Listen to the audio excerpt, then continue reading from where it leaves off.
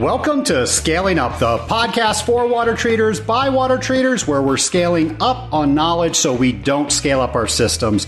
Hi, everybody. Trace Blackmore here. And folks, I have got one of my heroes on today. You know I like doing that. You know I like going out and finding people that I really enjoy reading their books and finding inspiration from. Well, I did that today. Folks, we have Pat Williams on Scaling Up today. Now, for those of you that were at the AWT Convention in 2017, you got to hear Pat speak because he was our keynote speaker. And that's one of the things that he does so incredibly well. He is an incredible motivational speaker. The reason I know Pat is probably different from a lot of how you know Pat is I have read many of Pat's books, and he talks about leadership and how to work with people and how to build teams. And that's something that I have always aspired to do better. And he has written numerous books on that very topic. Now, you probably know Pat because he is the vice president of the Orlando Magic, and he started out his career as a minor league baseball player. So just all about sports. Whether you know him through sports, Pat is just an incredible individual, and I think you are going to enjoy my interview today with Pat Williams. My lab partner today is Pat Williams of the Orlando Magic. How are you today, Pat? Trace, I'm doing very well. Thank you. Nice to catch up with you, and thanks for the invite. Well, absolutely. Thank you so much for being on Scaling Up, and thank you for coming to the AWT Convention this year. You rocked it, man. Well, I enjoyed my time very much. Nice group, very enthusiastic, and I had a very memorable time. I appreciate very much the invitation. Well, I thoroughly enjoyed being in the audience. Pat, there's so many things that we can talk about today. It's hard to even pick a topic, but I thought maybe we could speak on the fact that you knew Walt Disney and you wrote a biography about Disney. How does that sound? Well, Trace, I never knew him, but I feel like I knew him. I moved to Orlando 31 years ago to help start up the Orlando Magic as an expansion basketball team. But when I got here, I got Disneyized, which can happen. I kept running into senior Disney executives who had worked with Walt Disney back in California. And whenever I was with them, I would always pick their brain or ask them questions about Walt because I was intrigued with the man. And that laid the groundwork for those two books that I wrote. One is called Go for the Magic, in which I wrote about Walt Disney's 5 Secrets of Success. And then that book led to another one called How to Be Like Walt. I guess you would call it a motivational biography. And I was able to track down just about every living person who knew Walt, who had worked with him or worked for him. That's really kind of my background. But I guess you could say I'm a student of Walt Disney, so much to learn from the man, and a legendary American and worldwide figure who probably has touched more lives than anybody in world history. I mean, you could argue that. And that's not going to end. That's going to go on really forever. Pat, your book was How to Be Like Walt. What does it mean to be like Walt? Well, we took the different qualities of Walt Disney, his imagination, creativity, leadership, fearlessness, risk-taking. I mean, we took many of these aspects of Walt's life and wrote about that and then wove all the different stories and anecdotes that were pertinent to each individual chapter. So we examined Walt very, very thoroughly from every aspect of his life. So you read, in reading that book, you're going to learn about Walt's life from childhood on up to his passing. But in the process, you're going to come away with some really strong life lessons that you can apply to your own life. Teaching points, I guess. So it's not the typical biography of Walt Disney, and there are many of them. But this is a biography that helps you come away with lots of pertinent information about how to take Walt's life lessons and apply them to your own life. And if I recall, one of the big themes was dream big dreams. Well, Walt certainly did that. He had a big, big imagination. He was not afraid to really dream way, way out into outer space. And he encourages all people to do that. If you can dream it, you can do it, I think. And Walt was a dreamer from the time he was a small boy, and he never stopped doing that. He had this enormous imagination. He had a great amount of creativity. But in Walt's case, it all started with a dream.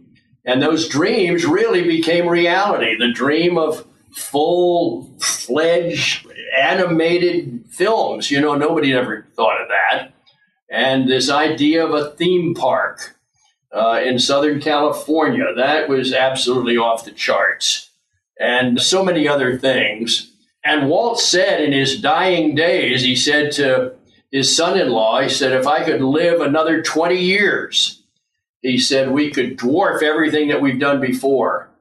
That's one of the real tragedies. Walt died in his mid-60s. And if he had been around another 10 or 20 years, there's no telling what he would have come up with. Pat, what do you think Walt would say if he could see his empire today?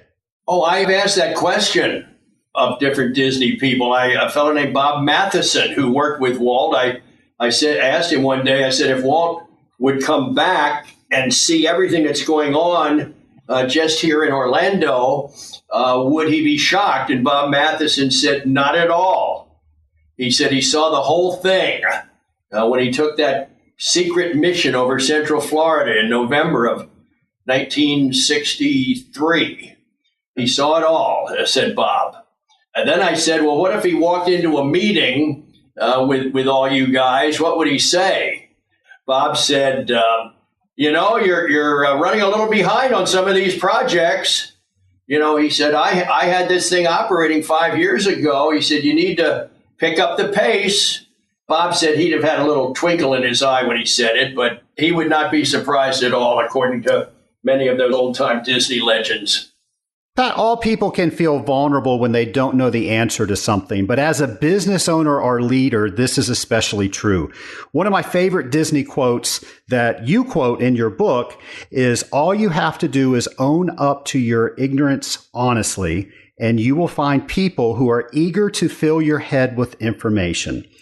As a leader, how have you found this quote to be true? Well, I think, Trace, the most important thing as a leader is to ask questions and seek out people who have information. People love to share with you. They want to talk to you. And above all, they want you to ask them good, intelligent questions. Wise are the leaders who ask those questions. And above all, wise are those leaders who listen to people when they're talking. They don't have their phone ringing. And they're not answering emails or reading the newspaper. They are listening with undivided attention. Those leaders are going to learn a lot because people in an organization want that team or want that organization to do well. And they want their opinions to be heard.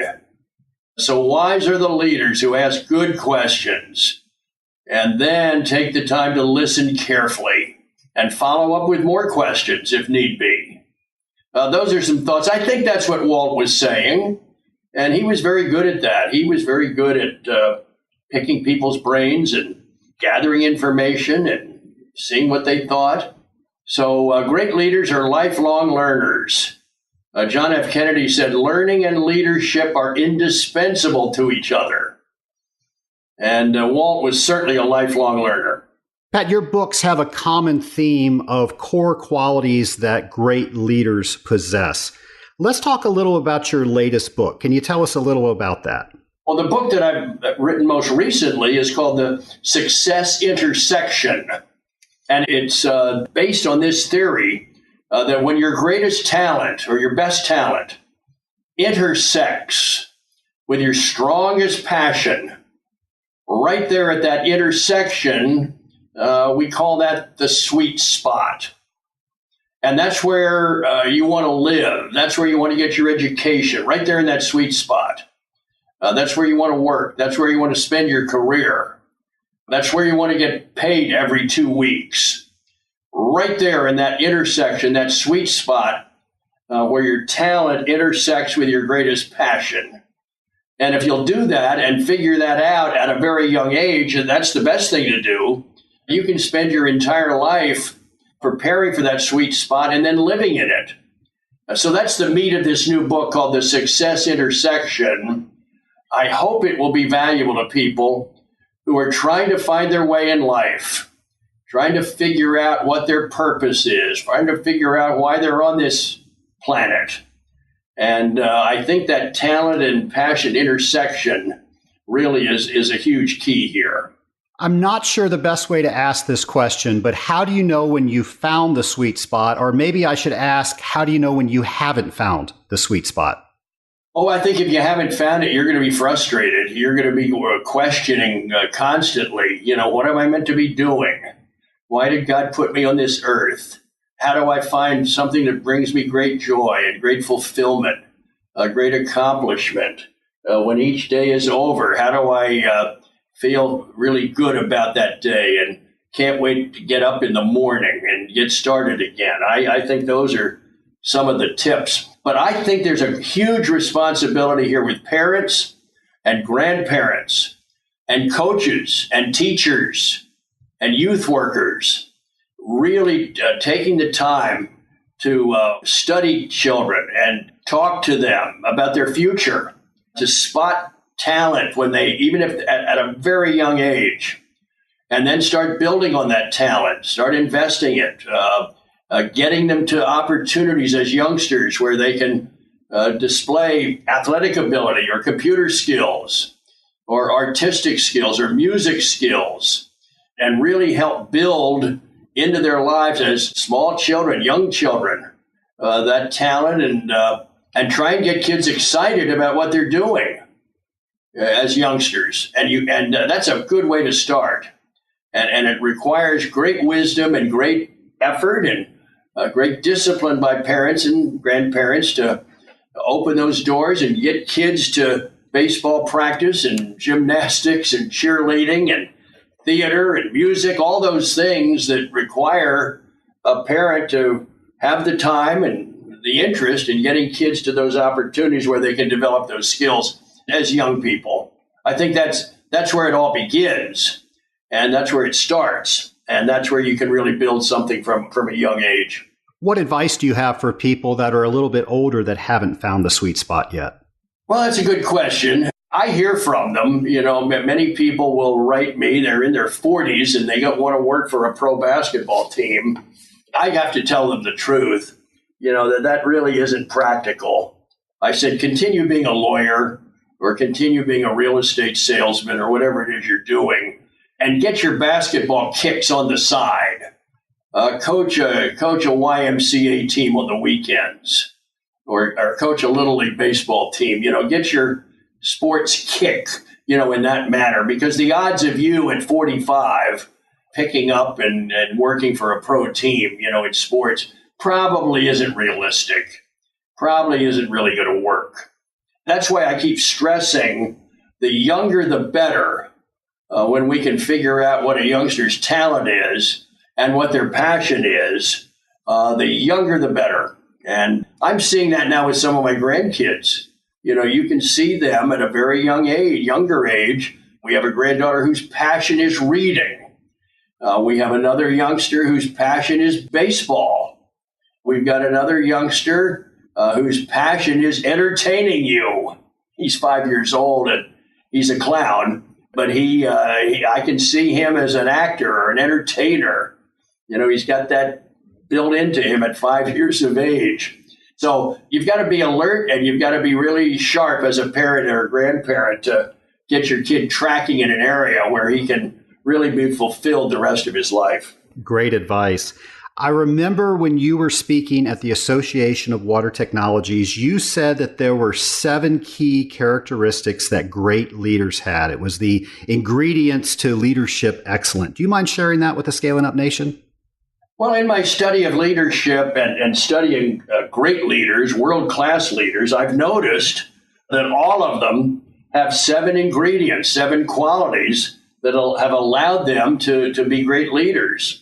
And all 7 qualities in most cases are there that have allowed these men and women to be world-class leaders, leaders that we really look up to and admire. Those qualities, by the way, the first one is vision, the ability to see the future before it gets here. The second one is communicating your vision effectively.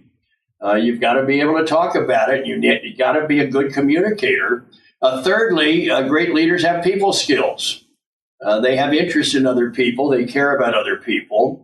Then the fourth quality is simply called character. I believe that character counts in leadership. And you can only go as high on the leadership ladder as your character will allow you. The fifth quality is called competence. Leaders are good at what they do. Then sixth point about great leaders is called boldness. Leaders are not afraid to make tough decisions. And then finally, the seventh quality is simply called a serving heart. The best leaders are the greatest servants. They understand it's not about me. It's about you. It's not about building my resume. It's about building yours. It's about advancing this company, not about advancing my career goals. So those are the seven qualities, Trace, that I have found that every great leader possesses. And those who are listening today are very capable of studying and learning about those seven qualities and applying that to their leadership package. Well, that leads into my next question. Are you born with these qualities, or are these qualities that can be developed? Oh, I think they can be developed. Oh, I believe so. I guess there are a handful of naturally born leaders, but I think almost all leaders, somewhere along the line, they have to step up and take a leadership role, even though they may not want to, or they may be scared to death, but they can learn how to lead. They can practice those seven qualities. They can keep reading and studying about them and applying them in their role as leaders in their home or in their community, at their work, in their church. Yes, absolutely, leadership skills can be developed. But if we relied on those leaders who we would call naturally born leaders, well, there are not many of them around. Pat, you shared a poem with the AWT audience about leadership. Do you mind sharing that with the Scaling Up Nation? Well, here it's a summation of those seven qualities. It's 7 things one must do to be a leader right and true. Have vision that is strong and clear. Communicate so you can hear, or so they can hear. Have people skills based in love, and character that's far above. The competence to solve and teach, and boldness that has fearless reach. A serving heart that stands close by to help, assist, and edify. So that's a summation of those 7 qualities, Trace. Pat, I've got to tell you, I am an avid reader of your books. They're very inspiring. I got the pleasure of hearing you speak. You are incredible as a motivational speaker. I have to ask, what's next for Pat Williams? Well, I continue to speak when I'm invited around the country. I still get a great deal of joy from that. We've got a basketball team here in Orlando that I'm still very much involved with, and that certainly takes up a big part of my day. And I continue to write. There are 3 more books coming out this winter, and in the pipeline, I've got probably another half dozen ideas that I want to present to publishers and eventually write. So the writing world continues on. Plus, we've got a big family, 19 children, who are all adults now, but we're spending a lot of time with our 17 grandchildren, and that's a full-time job right there. So my hands continue to be very full. And Trace, people ask me, well, what do you do in your spare time? I'll tell you what I do. I read. Reading is the equivalent of somebody else's golf or fishing or hunting or stamp collecting. People ask me, what's your hobby? And my hobby is reading. That fuels everything I do. It fuels my writing. It fuels my speaking. It brings me great fulfillment and satisfaction. So I am a reader at heart of good books. Well, Pat, you had led into a segue that is just great. for the lightning round questions. Now, these are questions I ask every member of the Scaling Up Nation that comes on, so we can just compare from one guest to another. So my first question is, what are the last 3 books that you've read? Good question. I have read Jack McCullum's new book on the Golden State Warriors and the Lakers of years ago. I have read Sam Smith's new book on his evaluation of the NBA. I'm just plowing into another history book by Harlow Giles Unger called First Founding Father, Richard Henry Lee and the Call to Independence. I read sports. I read presidential biographies. I read history. I read Christian inspiration. I read World War II, Civil War, Revolutionary War period. Those are my real interests, and I stay very close to those topics that interest me as far as my reading is concerned. Pat, how many books have you written? 107, that's the answer. That's amazing. These last 3 books are finished, so I count them in the finished department. I wrote my first book when I was 34 years old. That was in the fall of 1974. And I'm still rolling them out. My high school English teacher would be shocked. He would be rolling over in his grave if he knew this. But I continue to write. And still, as I mentioned, I still have some projects that I'm very interested in getting done. Pat, if you could go back in time and talk to your former self on your first day in professional sports, what advice would you give yourself? Well, my first day in professional sports, I was a minor league catcher for the Phillies organization. They sent me to Miami in the Florida State League, and that's where my career started. My first game, I struck out the first 2 times up on 3 pitches. And so my first time up, and then my third time up, I had 2 more strikes. So I'd been in pro ball now for just a couple of days, and I had been to the plate and had 8 straight strikes against me. And I thought, boy, this is going to be a very, very short career. And then with that 0-2 count, the next pitch, I doubled to right center field up against the scoreboard, cruised into second base. I was the most happy ball player you've ever seen in your life. The most relieved one. So I guess if I would go back and redo that, I would say, keep swinging. Keep swinging. There you go. I have no doubt they're going to make a movie about your life someday. When they do, who plays you? Oh, my goodness. I'm not sure that actor has been born. How about Tom Hanks? Does that sound good? I love it. That's a great answer. Yeah, I'd be pleased with that.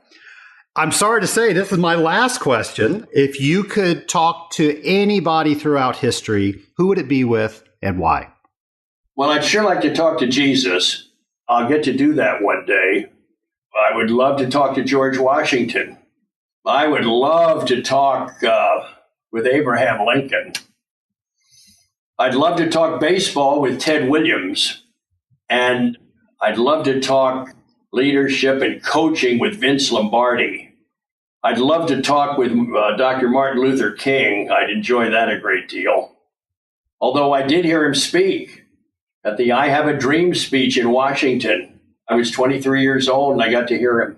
Pat, you are amazing. I want to thank you so much for coming on Scaling Up. I have no more questions for you.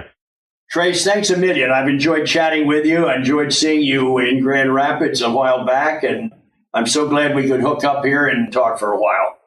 What an incredible guy. He was so easy to talk to, and he's got so much advice on leadership and building teams and working with people. I just thought it was incredible to be able to speak with him, and I hope you all enjoyed that as much as I did. I told you that I am a big fan of his books. He's got many, many out there. I'm going to link to one on the website, his latest book. So if you want to read Pat's latest book, go to scalinguph2o.com/PW book. That's for Pat Williams. So /PW book. And that'll take you to an affiliate link there where you can get his book. And I'm just linking to one, but if you search Pat, he has got so many titles. He said he had well over 100 books that he's written. I think I've read 3, so I've got a lot of catching up to do. Folks, if you've got a question out there that you want me to answer on the air, or if you want me to interview somebody specific, please let me know what that is. And in the meantime, I hope you take today as an opportunity to be a better water treater tomorrow. And I hope you tune in next time for our next episode of Scaling Up. Have a great week, folks.